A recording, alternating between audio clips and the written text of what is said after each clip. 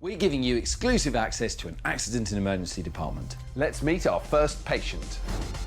At Alderhay Hospital in Liverpool, 14-year-old Rachel is in accident and emergency, and she simply can't shut her mouth. That's a bit rude. No, really, she can't shut her mouth. What's happened to Rachel?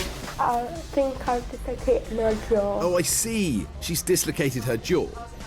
I'm sure there's a perfectly ordinary explanation. I was biting the sofa. Biting a what? For 1 minute, I thought she said she was biting the sofa. She did. I was biting the sofa. See? She was just messing around. Just a minute. How on earth did this happen? Well, Rachel was at home, lying on her sofa, bored. There was nothing on the telly, nothing interesting to read, and nothing much to do. Or was there?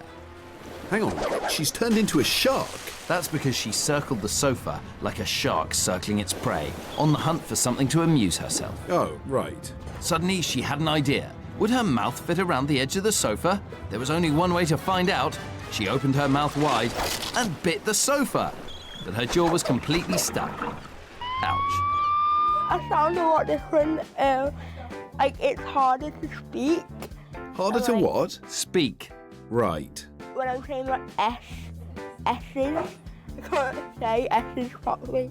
Well, you do something silly once and then you learn from it. I can't believe she's done it again. You mean she's done it before? It only happened twice.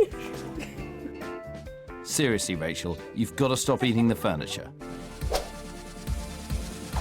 Enter Dr. Shroot Messerhell. She'll be tackling Rachel's big mouth. Steady. Where's it hurting? You can just point, you don't need to talk. Both sides.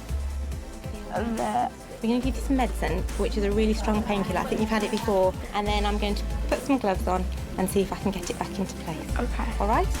So what's going on inside Rachel's jaw? Well, inside your head are 20 bones that make up your skull. 2 of them are in your jaw. There's the mandible, which is one of the strongest bones in your body, and the maxilla. They're linked together by a hinge, which allows you to open and close your mouth. And Rachel's hinge has become unhinged.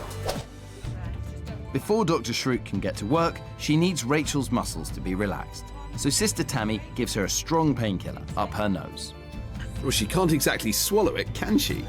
What I'm going to try and do is actually hold on to her jaw and push it back in there so it goes back into place.